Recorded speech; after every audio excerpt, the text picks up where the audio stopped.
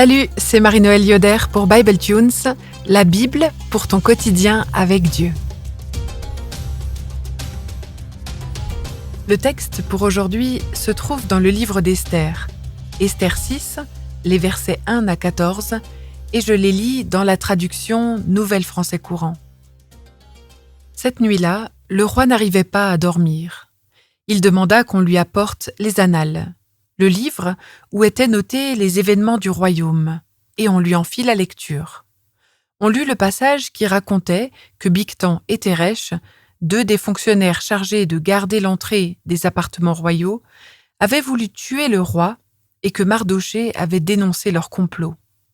Alors le roi demanda « De quelle manière Mardochée a-t-il été récompensé et honoré pour cela ?»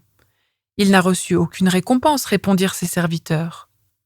Le roi dit alors « Qui est dans la cour du palais ?»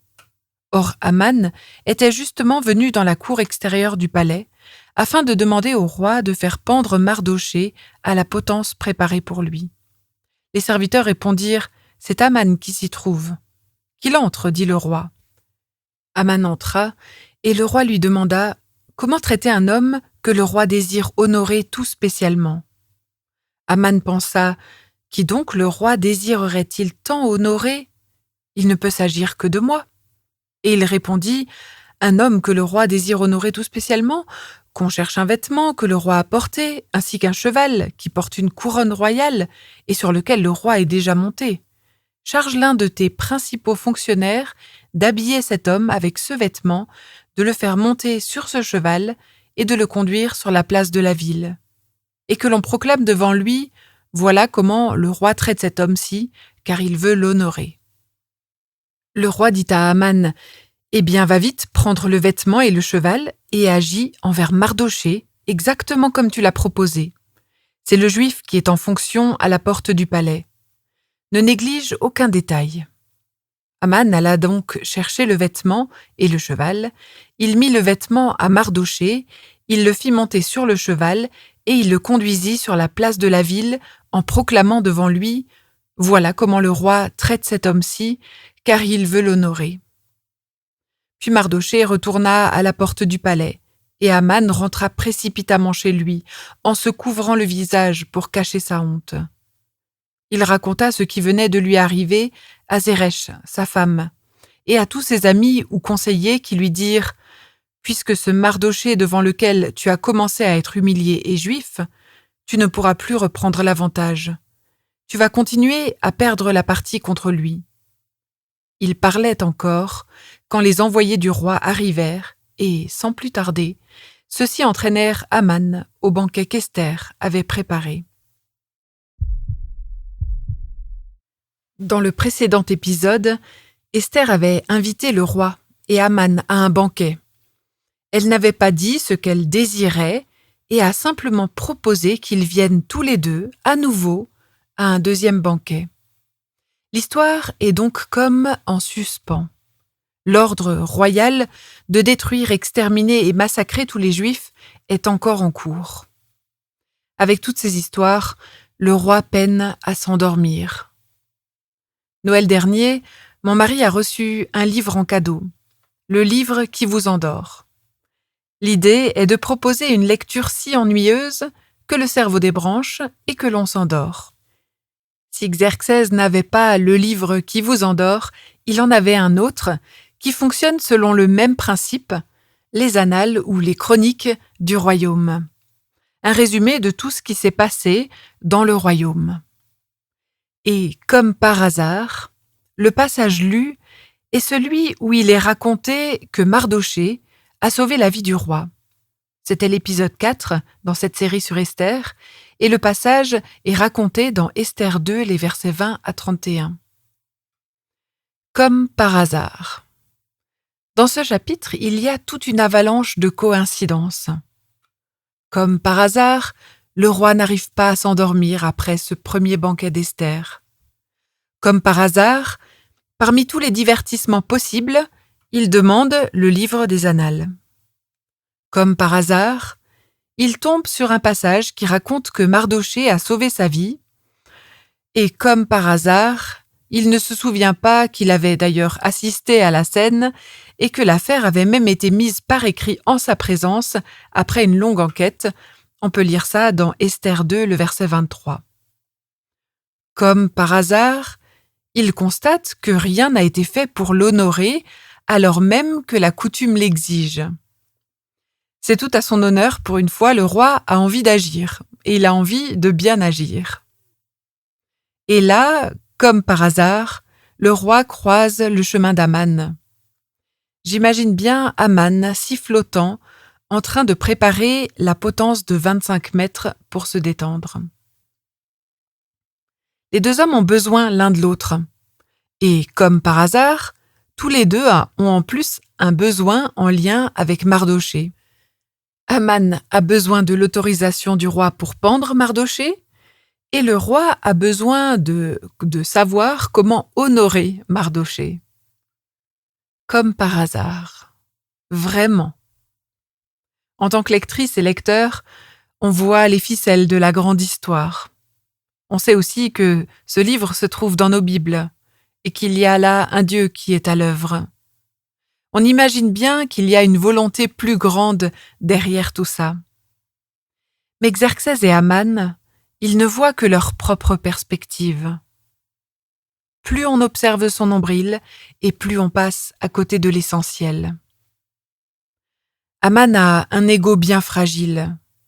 Tout ce qu'il veut, c'est être honoré. Et si possible, de devenir calife à la place du calife, en tout cas ce texte le laisse entendre.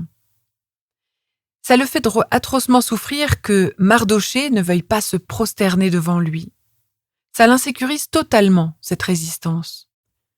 Alors quand le roi lui demande comment honorer un homme, Aman est convaincu qu'il ne peut s'agir que de lui. Il est si heureux, il est si obsédé par cet honneur qu'il répète 4 fois « un homme que le roi désire honorer » au verset 6, au verset 7 et encore une fois au verset 9. Pour une obsession, c'est une obsession. Comme un perroquet, Aman répète en boucle « un homme que le roi désire honorer ». Et il ne pose même pas la question de qui il s'agit puisqu'il ne peut s'agir que de lui. Je ne sais pas si ça t'est déjà arrivé de t'imaginer quelque chose et de découvrir ensuite que c'est en fait l'inverse qui est en train de se passer. La descente émotionnelle, elle peut être très vertigineuse. Une vraie douche de honte et de déception dans le cas de Aman. En un instant, Aman passe d'une fierté et d'un orgueil puissant à une honte profonde. Proverbe 16-18 semble être écrit pour lui. L'orgueil précède le désastre.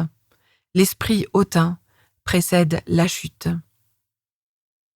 Dans le Nouveau Testament aussi, dans Luc 14, les versets 7 à 11, Jésus raconte une histoire pour avertir du danger de vouloir se mettre en avant.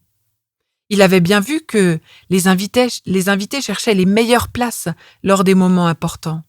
Ils voulaient les places d'honneur. Mais Jésus leur recommande de ne pas se mettre à la première place. Parce que si quelqu'un de plus important devait arriver, ce serait la honte de devoir être forcé par le maître de maison à laisser sa place. Il leur recommande alors plutôt de se mettre à la dernière place, pour que l'hôte leur demande de s'approcher. Ils seront alors honorés. Jésus conclut en rappelant cette vérité fondamentale. En effet, celui qui s'élève sera abaissé, et celui qui s'abaisse sera élevé. Aman se positionne directement à la meilleure place, et le roi lui demande de laisser la place à quelqu'un que le roi désire réellement honorer. La honte.